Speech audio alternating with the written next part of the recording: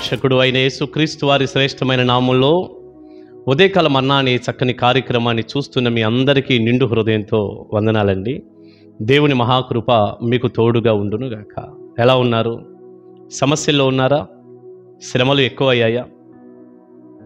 విడుదల లేనటువంటి పరిస్థితులు ఏర్పడుతున్నాయా? ముఖ్యంగా ఆర్థిక సమస్యలు మిమ్మల్ని నలిపివేస్తున్నాయా? అయ్యా, అప్పులు పాలైపోయాం, ఈ అప్పులు అనేటటువంటి బంధకాల్లో నుంచి విడిపించబడే వాతావరణం కూడా ఏం కనపడటం లేదు, మాకు విడుదల లేకుండా పోయింది, ఏం చేయాలో అర్థం కావట్లేదు, అసలు ఇక ఈ అప్పుల ఊబిలో నుంచి బయటపడలేము, మేమిక దీవించబడతామనే నమ్మిక మాకు లేదు, ఆత్మహత్య చేసుకుంటే బాగుండిద్దన్న ఆలోచన మాకు కలుగుతుంది అంటారా? ప్రియబిడ్డ, నేను ఈ సమయంలో మీకు సౌత్ కొరియాలో పాల్ యాంగిచో గారని ఒక గొప్ప దైవజనుడు, ఆయన జీవితంలో జరిగిన ఒక అద్భుతమైన అనుభవాన్ని నేను మీతో పంచుకుంటాను. ఇది విన్న తర్వాత మీరు ఒక నిర్ణయం చేసుకోండి. అదేంటంటే, ఆయన సేవ ప్రారంభించినటువంటి తొలి సంవత్సరాలు అవి. ఆ దైవజనుడి సేవ 1958లో ప్రారంభించబడింది. గొప్ప దైవజనుడు, ప్రపంచ ప్రఖ్యాతిగాంచిన సేవకుడు. ఆ తొలి సంవత్సరాల నుండి ఆయన సంఘం సుమారు 500 మంది ఉన్నప్పుడు జరిగిన సంఘటన ఇది. దేవుడు ఆ దైవజనుడితో మాట్లాడి, నా కొరకు ఒక మంచి ఆలయాన్ని, ఒక పెద్ద ఆలయాన్ని నువ్వు కట్టాలని పాల్ యాంగిచో గారితో దేవుడు చెప్పాడు. అప్పుడు ఈ పాస్టర్ గారు ఏం చేశాడంటే, మరి మందిరం కట్టాలంటే డబ్బులు కావాలి కదా, సమృద్ధిగా. డబ్బు లేకుండా నేను మందిరం ఎట్ట కడతాను, కనుక దేవుని కొరకు ఏదో ఒక రూపాన డబ్బు సంపాదించి అప్పుడు ఒక మంచి మందిరం కడతాను అని ఈ దైవజనుడు అనుకున్నాడు. అనుకొని ఒక అపార్ట్మెంట్ కట్టడానికి, ఇప్పుడు ఆ కన్స్ట్రక్షన్ చేసి అపార్ట్మెంట్ ఒకటి కట్టేసి ఆ ఫ్లాట్స్ అన్నీ కూడా అమ్మినప్పుడు లాభం వచ్చింది కదా, ఆ లాభంతో ఓ చక్కని మందిరం కట్టాలి దేవునికి, మరి డబ్బులు కావాలి కదా అనుకున్నాడు. భార్య చెప్పింది ఈ దైవజనుడితో, ఏమండి, మిమ్మల్ని దేవుడు మందిరం కట్టమన్నాడు, మందిరమే కట్టండి, మందిరం గురించి ఆలోచించండి, మందిరం కోసమే ముందుకెళ్ళండి, చెప్పిన దేవుడు మీకు సహాయం చేస్తాడు కదా, మీరెందుకు ఈ సైడ్ ట్రాక్ పెడుతున్నారు అని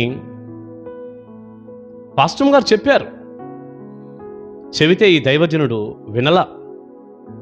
నువ్వు నోరు మూసుకో, నేను శిరస్సుని, నా మాట నువ్వు వినాలి,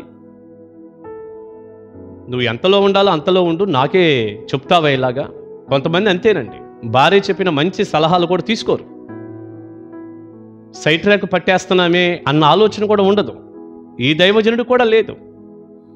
భార్యని గద్దించి తిట్టి, నేను చేస్తున్న పని దేవుని కోసమే కదా, దేవుని కోసమే కదా ఈ ఆలయాన్ని నిర్మాణం చేస్తున్నాను నేను, దానికోసమేగా డబ్బు కావాలి కదా, డబ్బు కోసం అపార్ట్మెంట్ కట్టకపోతే ఆలయ నిర్మాణం ఎలా చేస్తాం అని భార్యని అరిసి అపార్ట్మెంట్ మొదలుపెట్టారు. సుమారు 14-15 అంతస్తుల బిల్డింగ్ అది, చాలా గదులు అవి. అపార్ట్మెంట్ అంటే మీకు తెలియదేముంది, గదులు. ఎక్కడ దొరికితే అక్కడ డబ్బంతా తీసుకొచ్చి అప్పులు చేసి ఆ బిల్డింగ్ కట్టాడు. అది జరుగుతూ ఉంది, ఇంకా కంప్లీట్ అవ్వలేదు. కాస్త బిల్డింగ్ అయితే లేచింది, స్లాబ్లు అయితే పడ్డాయి, ఇంకా ఫినిషింగ్ వరకు బోలెడంత డబ్బు కావాలి అది మొత్తం సిద్ధపడటానికి. ఈలోపు సౌత్ కొరియాలో కొన్ని పరిస్థితులను బట్టి, గొప్ప కరువు ఏర్పడటాన్ని బట్టి రూపాయి దొరకటం పోయింది. అప్పటికే సంఘస్థులు బోలెడు డబ్బులు అప్పుగా ఇచ్చారు ఆ దైవజనుడికి. తర్వాత ఇస్తాను ఆ ఫ్లాట్స్ అన్నీ అమ్మాకంటే, ఆ డబ్బు తిరిగి చెల్లించడానికి లేదు, ఇంకా ఇవ్వటానికి కూడా సంఘస్థుల దగ్గర డబ్బులు లేదు, బయట నుంచి డబ్బు లేదు. మొత్తం అక్కడ ఉన్నటువంటి వాతావరణం అంతా కూడా కొంచెం కరువులో పడిపోవటం, నిత్యావసర సరుకులు కూడా కష్టమైపోవటం, చాలా ఒక కరువు వాతావరణం ఏర్పడి డబ్బు దొరకనటువంటి పరిస్థితులు ఎదుర్కొన్నాడట. ఇచ్చిన వాళ్ళేమో అడుగుతున్నారు, ఏది మా డబ్బు అని. అది త్వరగా అయిపోతే అమ్మేసి అప్పులు కట్టి మిగిలిన దాంతో మందిరం కట్టాలి. కానీ అది జరగటంలా. ఏం చేయాలో అర్థం కావటంలా. చాలా బాధపడిపోయి గలిబిలైపోయి మనశ్శాంతి లేక తల పట్టుకొని కూర్చున్నాడు. ఏం చేయాలో తెలియటంలా. అది పూర్తయ్యే మార్గము లేదు, అప్పులు కట్టడానికి డబ్బు లేదు. అలా ఉన్న బిల్డింగ్ ఎవరు కొంటారు? లేదు. చాలా ఇబ్బంది పడుతున్నాడు. భార్య మెల్లిగా పాస్టర్ గారితో ఒక్క మాట అంది. ఏమండి, నేను ఆ రోజే మీతో అన్నాను, దేవుడు మిమ్మల్ని ఆలయం కట్టమన్నాడు, మీరు ఆలయం కట్టాలి, ఎందుకు ఈ సైడు బిజినెస్, ఈ సైడు వాతావరణం అని చెప్పాను కదా. ఈరోజు చూడండి మీరు ఎంత బాధపడుతున్నారో, ఎంత నలిగిపోతున్నారోనని ఒక మాట అంది. ఈ బాధలో ఉన్నటువంటి వ్యక్తితో భార్య ఆ మాట అనేసరికి కోపం వచ్చి పాస్టర్ గారిని చెంప మీద ఒక దెబ్బ కూడా కొట్టాడట. ఆ బాధలో కోపంలో పాస్టర్ గారిని చెంప మీద ఒక దెబ్బ కొట్టి ఇక మనశ్శాంతి లేక చచ్చిపోదాం, ఆత్మహత్య చేసుకుందామని ఆలోచన కలిగి, ఏ అపార్ట్మెంట్ అయితే దాదాపు 14-15 అంతస్తులు అని మనం చెప్పుకుంటున్నామో అదే అపార్ట్మెంట్ మీదకి వెళ్ళి పైకి, చివరి బిల్డింగ్ పైకి వెళ్ళిపోయి అక్కడ నుంచి దూకి చచ్చిపోవాలని ఒక ఆలోచన చేసి దూకి ఆత్మహత్య చేసుకునే ముందు మోకరించి ప్రార్థన చేస్తున్నాడు. ప్రభువా, నేను నమ్మకంగా ఇన్ని సంవత్సరాలు మీకు సేవ చేశా, మీ మాట ప్రకారమే నేను నడిచా, ఇప్పుడు నేను మనశ్శాంతి లేనివాడనై చనిపోతున్నా, నేను ఈ బిల్డింగ్ మీద నుంచి దూకి ఆత్మహత్య చేసుకుంటున్నా, ఎందుకంటే నా పరిస్థితి అంతా తారుమారైపోయింది. కానీ నా ఆత్మను నువ్వు నరకానికి పంపొద్దయ్యా, నన్ను పరలోకం చేర్చుకో, ఎందుకంటే నేను నమ్మకంగా నీ సేవ చేశా, ఈ పని కూడా నీ మందిరం కోసమే నేను చేశాను తప్ప వేరే దానికోసం కాదు కదా. నువ్వు చూస్తున్నావు, నేను ఆత్మహత్య చేసుకున్న తర్వాత నా ఆత్మను నరకానికి మాత్రం మీరు పంపొద్దు అని ప్రార్థన చేస్తున్నాడట చనిపోయే ముందు. అప్పుడు ఒక మెల్లనైనటువంటి స్వరం పాల్ యాంగ్చో గారికి వినపడింది. ప్రభు అన్నారు, నా కుమారుడా, నీకు నిజంగా ఇన్ని అంతస్తులు కలిగినటువంటి ఈ బిల్డింగ్ మీద నుంచి దూకి ఆత్మహత్య చేసుకునే ధైర్యం గనక నీకుంటే అదే ధైర్యంతో నువ్వు వెళ్ళి తిరిగి నా సేవ చేయి, నేను నీకు సహాయం చేస్తాను అని ప్రభు అన్నారు. హల్లెలూయా. దేవుడు ఎంత మంచి దేవుడండి. అప్పుడు ఈ దైవజనుడు ఆ మాటతో ధైర్యం తెచ్చుకొని దేవుణ్ణి స్తుతించి అక్కడ నుండి ఆత్మహత్య ప్రయత్నం విరమించుకొని ఇంటికొచ్చి మొట్టమొదటిగా తన భార్యకు క్షమాపణ చెప్పి, చేతులు పట్టుకొని క్షమాపణ చెప్పి, అమ్మా నేను నిన్ను తొందరపడి కొట్టాను, నీ మాట వినలేదు, కొట్టాను, నన్ను క్షమించు అని భార్య దగ్గర క్షమాపణ అడిగి సమాధానపడి అక్కడ నుండి ఇక ప్రార్థనా జీవితం మొదలుపెట్టి దేవుని మీద ఆధారపడినప్పుడు ఆశ్చర్యకరంగా దేవుడు సహాయం చేయటం, ఆయన పనిలో దేవుడు సహాయపడుతూ ఆ ఉన్న బంధకాల నుండి విడుదల పొందటం, ఆ తర్వాత దేవుడు అనేకమైన ద్వారాలు తెరిచి ఒక అద్భుతమైన ఆలయం.